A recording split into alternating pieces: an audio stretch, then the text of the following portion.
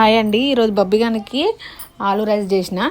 వాడు ఎన్నెన్ని చెప్తుండే తెలుసా? ఇలా మమ్మీ కారం ఎక్కువ వేయకు, మమ్మీ ఇవి మెత్తగా ఉడకాలి, నేను వేడిగా ఉంటే తినా, ఎన్నెన్ని చెప్తుండండి. నిజంగా మేము చిన్నగా ఉన్నప్పుడు ఇవన్నీ ఏం లేవు తెలుసా.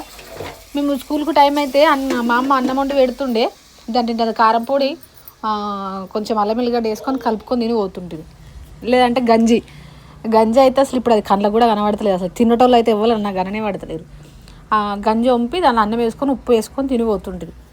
ఇప్పుడు పిల్లలు చూడు, దోశలంట, ఇడ్లీలంట, ఇవి అయితే మాకైతే ఎప్పుడో ఒకసారి తింటే ఎంత గొప్పగా ఫీల్ అవుతుంటేమో.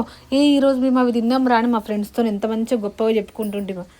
వీళ్ళకి అసలు జనరేషన్ చేంజ్ అవుతుంటే ఈ పిల్లలకి ఏమవుతుందో ఏమో. కానీ నాకు తెలిసి నెక్స్ట్ జనరేషన్ వరకు అయితే ఈ కారము ఇవన్నీ మొత్తం అసలు ఉండేవి కావచ్చు. నాకు తెలిసి ఏంటంటే ఒకప్పుడు కారం తింటుండే అని చెప్పుకునే రోజులు వస్తాయేమని అనిపిస్తుంది నాకైతే.